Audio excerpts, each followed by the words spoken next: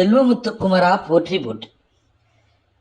அன்பு மேஷராசி என்பர்களே, உங்களுக்கான பிப்ரவரி மாத ராசி பலன்களை பார்க்கலாமா?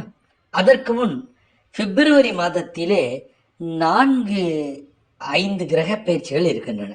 பிப்ரவரி மாதம் 3ஆம் தேதி புத பகவான் கும்பராசியில் நுழைய உள்ளார்.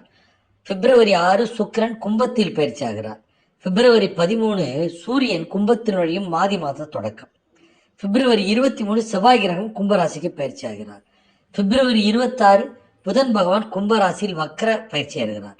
இது போன்ற முக்கிய கிரகங்களின் பயிற்சி மற்றும் கும்பராசியில் புதன் சுக்கிரன் செவ்வாய் போன்ற 6 கிரகங்களும் பயிற்சி அடைவதால் 12 ராசிகள் மீது ஏற்படுத்தும் தாக்கங்கள் என்ன என்பதை நாம் தொடர்ந்து பார்க்க போகிறோம்.